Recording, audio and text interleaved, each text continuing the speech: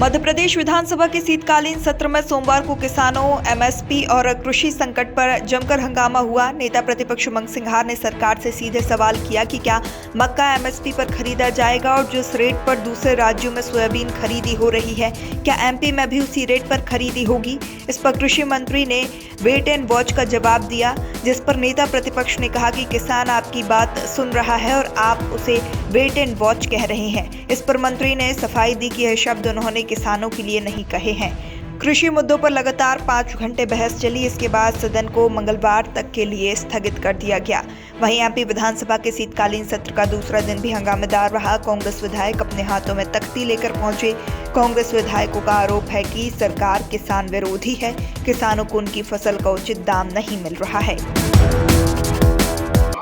जिस प्रकार से मंत्रियों की स्थिति है, जवाब नहीं दे पाते। और आपने देखा कृषि मंत्री ने कहा है कि वेट एंड वॉच, ये प्रदेश के किसानों को वेट एंड वॉच में रखना चाहते। प्रदेश के किसानों को एमएसपी मक्का नहीं खरीदना चाहते, प्रदेश के किसानों की सोयाबीन नहीं खरीदना चाहते, राहत राशि हर किसान को नहीं देना चाहते। और मंत्री जी कहते हैं वेट एंड वॉच। 28 के अंदर भी यही किसान वेट एंड वॉच कराएंगे इनको। मैं ये कहना चाहता हूँ, सरकार ने सिर्फ जुमलेबाजी आंकड़े गिनाना चाहती है। इनकी सरकार डबल इंजन की सरकार है। न केंद्र की सरकार जब बात करते, मोदी बात करते डबल इंजन है, तो क्यों नहीं डबल इंजन से केंद्र से पैसा ले पाते? क्या शिवराज जी पैसा नहीं ले पा रहे? क्यों मोहन यादव जी इस गंभीर चर्चा में आज सदन में नहीं थे? क्या किसानों की बात नहीं करना चाहते मोहन यादव जी? पूरी सरकार जिस प्रकार से आंकड़े गिना रही थी, ये कांग्रेस पार्टी ने पूरी तरह विरोध किया। और ये हमारी बात नहीं थी, हर किसान की बात हर व्यक्ति ने, हमारे कांग्रेस के विधायकों ने उठाई, लेकिन सरकार जवाब नहीं दे पा रहे। मुआवजे को लेकर भी आपने बोला, अंदर सुन रहे थे राजस्व। अब वर्मा जी, मैं समझता हूँ कि उनका रिटायरमेंट का समय आ गया है। ये अधिकारियों ने तो उनको सही जानकारी दी, लेकिन वो नहीं समझ पा रहे। ने कहा कि जो हमारे अलग अलग डिपार्टमेंट होते हैं जिसके अधीन पुल के निर्माण होते हैं, चाहे वो पीडब्ल्यूडी हो, चाहे वो एमपीआरआरडीए हो, चाहे वो एनएच का पुल हो, चाहे वो स्टेट हाईवे का हो, मूल बात यह है कि लगातार प्रति वर्ष बारिश के बाद निरीक्षण किया जाता है कि कौन कौन से ऐसे सड़क हैं, कौन कौन से ऐसे पुल हैं जो खतरे में हैं, जहाँ नुकसान हुआ है।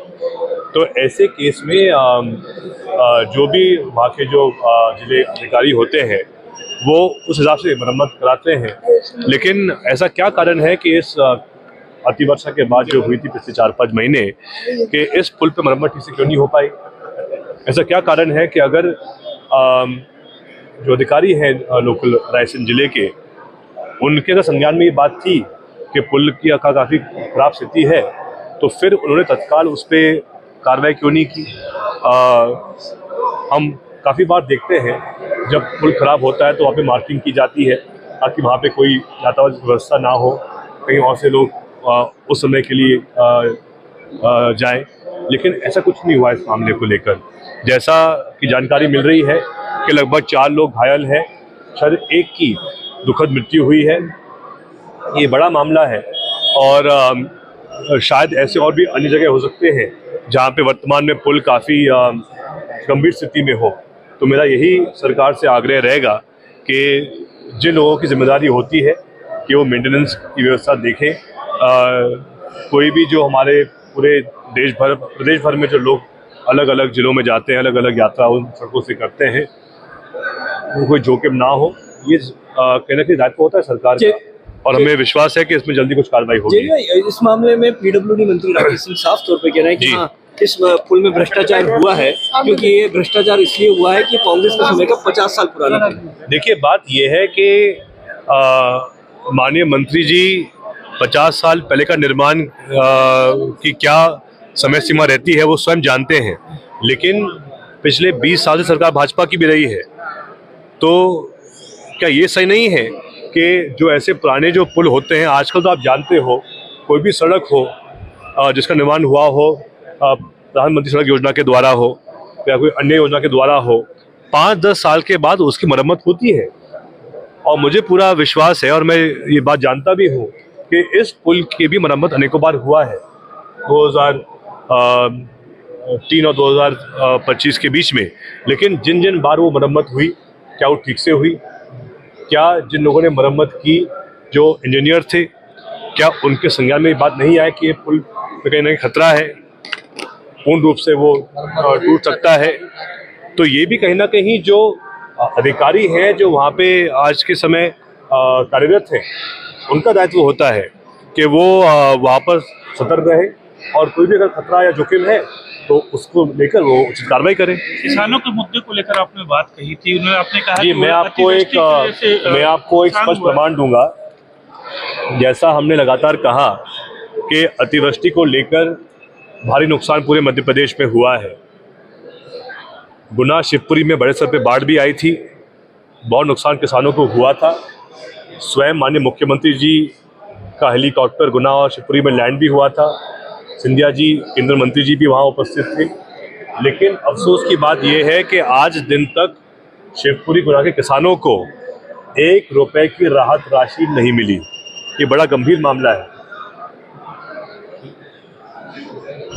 जहाँ तक बात हमारे फसलों की है, अधिकतर हमारे ज़िले में इस बार फसल मक्का की हुई है। 2025-26 में भाजपा सरकार ने मक्का का न्यूनतम समर्थन मूल्य 2400 रुपये घोषित किया है प्रति क्विंटल। हमारे बमोरी गुना के विधायक कांग्रेस के ऋषि अग्रवाल जी ने पत्र लिखा माननीय केंद्रीय मंत्री शिवराज सिंह चौहान जी को, जिसमें उन्होंने ये बात रखी कि वर्तमान में गुना जिले में मक्का की खरीदी 1200-1400 के आसपास हो रही है, जबकि समर्थन मूल्य 2400 रुपये है। 1 महीने बाद 17/11/2025 को केंद्र सरकार से उत्तर मिलता है, जहाँ जो मैंने हाईलाइटेड जो इसका अंग है, वहाँ स्वयं केंद्र सरकार कह रही है कि मक्का खरीदी इसलिए नहीं हो पाई समर्थन मूल्य पे क्योंकि इसके संबंध में खरीद का प्रस्ताव नहीं दिया गया राज्य सरकार के द्वारा। ये स्पष्ट इस बात को दर्शाता है कि अगर आज मध्य प्रदेश में मक्का खरीदी नहीं हो पा रही है समर्थन मूल्य पे, तो पूर्ण रूप से राज्य सरकार दोषी है क्योंकि उन्होंने इसका प्रस्ताव ही नहीं दिया केंद्र सरकार को। ये स्वयं शिवराज सिंह चौहान जी का मंत्रालय दोष दे रहा है मुख्यमंत्री मोहन यादव जी को। तो मैंने इसलिए आज कहा कि कहीं ना कहीं जो ये झगड़ा हो रहा है माननीय मुख्यमंत्री और पूर्व मुख्यमंत्री के बीच में, अब नुकसान किसका हो रहा है? किसानों का नुकसान हो रहा है। और मैंने आग्रह किया स्पीकर साहब से कि वही आदमी है जो दोनों को साथ बिठा सकते हैं। कहीं ना कहीं इस पूरे बात को लेकर नुकसान किसानों का हो रहा है, प्रदेश का हो रहा है, लेकिन ये घमंड या अहंकार मुख्यमंत्री मोहन यादव जी का है या कृषि मंत्री जो है केंद्र के शिवराज सिंह चौहान जी का है, या आप उनसे पूछ सकते हैं।